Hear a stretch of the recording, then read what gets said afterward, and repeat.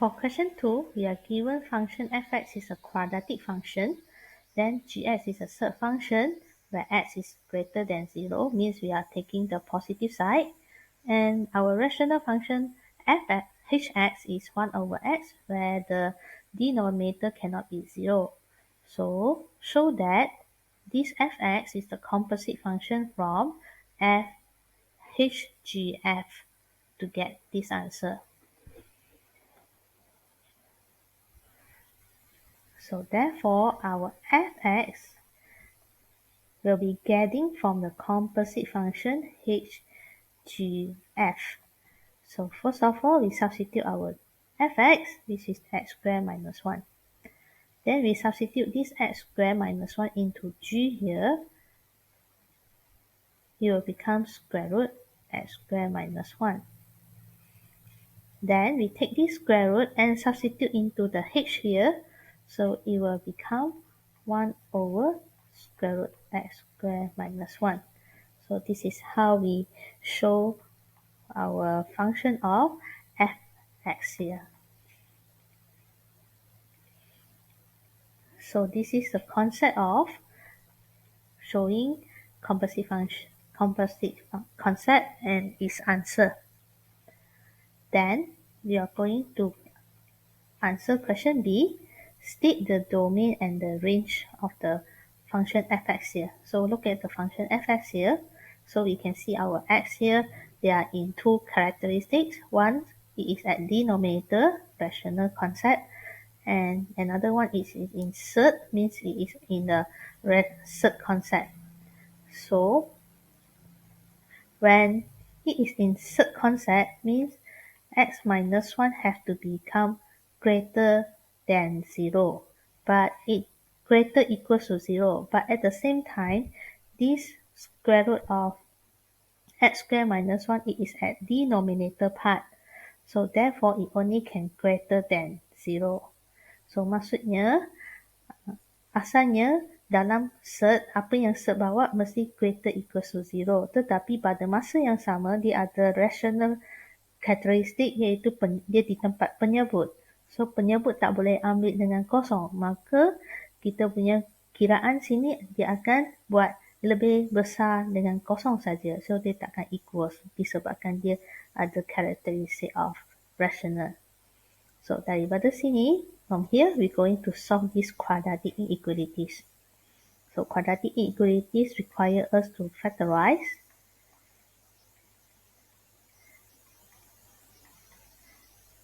And we do graph to find out our x. When it greater means positive region. So the domain will be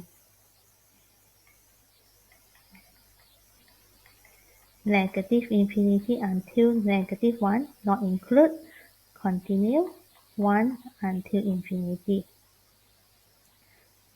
So when we want to do our range, we can see our range here. We can see our range here. So when we close this part, we will see value is 0. Or when you want to do our range, we have alternative way. We express our function in terms of y. Then we see our y characteristic.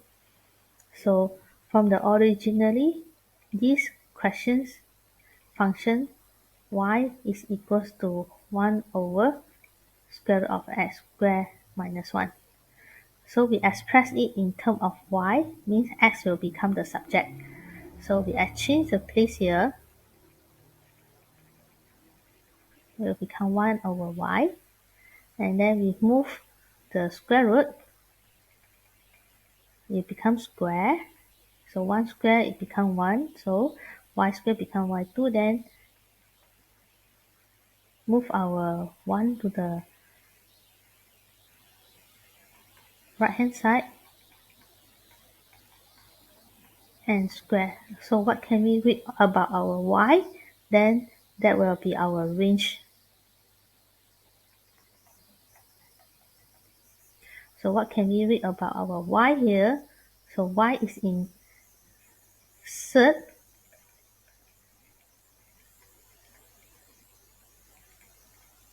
y is in cert and also in rational. So y cannot be 0, that will be one part. And then this 1 plus y squared have to be greater equals to 0. So we can notice that y squared plus 1 equals to 0.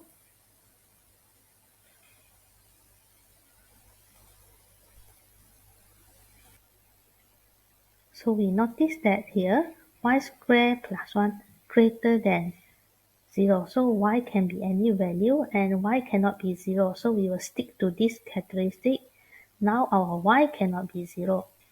So look at our function here where we definitely won't get our y equals to 0.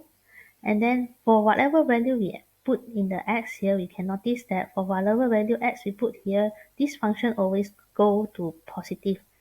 So it won't go to any negative answer. So our y answer always is a positive answer and y cannot be 0.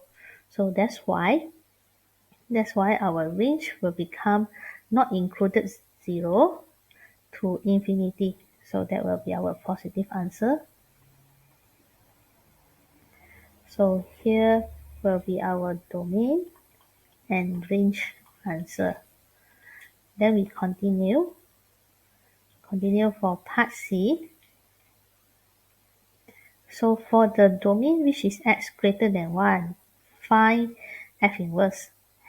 Hence determine the value of p, where the f inverse p will equals to cert 3 over 2 fp. So we will find out our f inverse first. For the first step, f inverse x will equals to y. So fy equals to x. So we will substitute 1 over square root y squared minus 1 equals to x. So we cross multiply it. Then we will get square root y squared minus 1 equals to 1 over x. Move the cert, it becomes square. 1 square becomes 1, so x becomes square. And then plus 1, so our y, when I move our square here, it will become positive negative square root.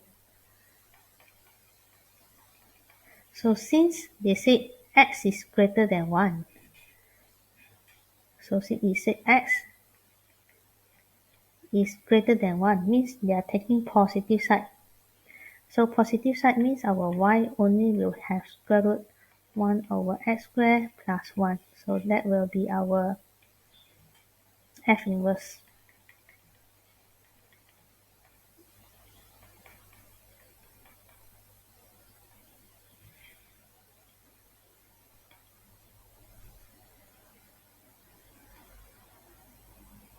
So here will be our first mark, composite marks and answer. Then I have to proceed to find out the value of p.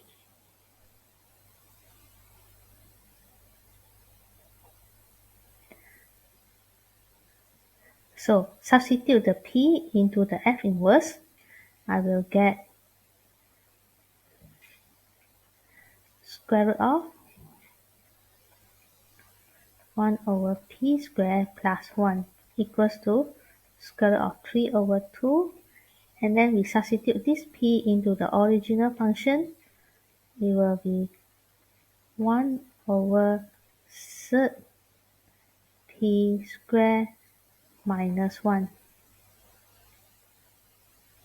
So how we going to solve this cert equation, where this cert having their cert notation both sides? So I can simplify this question by squaring both sides.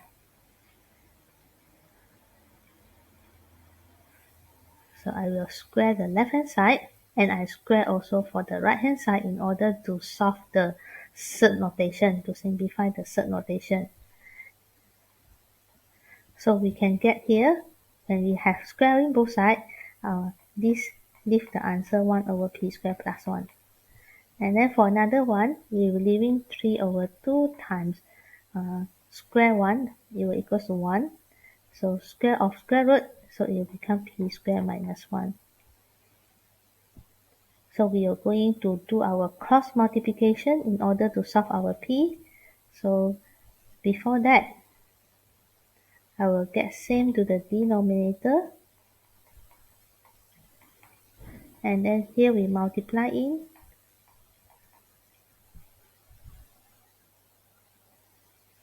Then we do our cross multiplication. 1 plus p squared times 2p squared minus 2 equals to 3p squared. And then we expand it.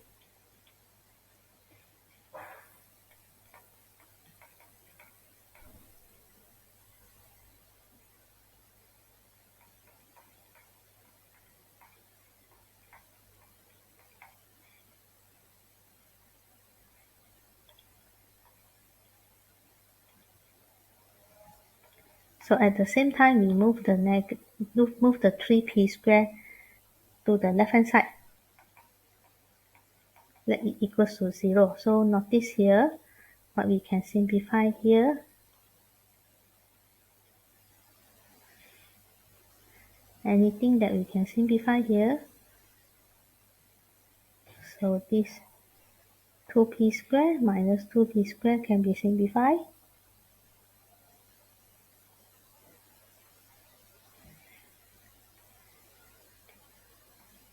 And we get a 2p4 minus 3p squared minus 2. So actually this is a quadratic. As you see here, this is our x and this is our x squared actually. So we can factorize it.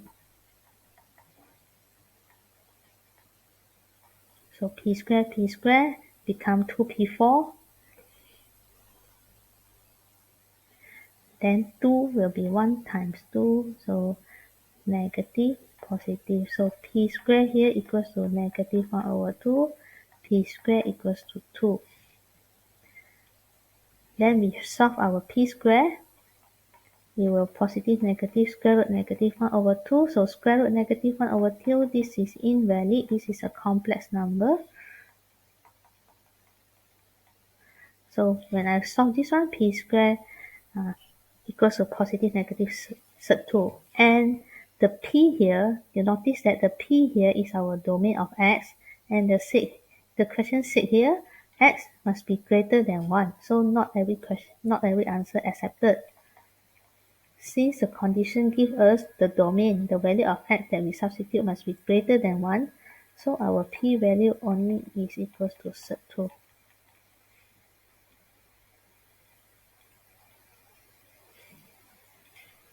So this is the concept of simplify our third equation, method of simplifying our third equation until we solve the quadratic to get both answers and justify the related answer on it, which is positive p on it.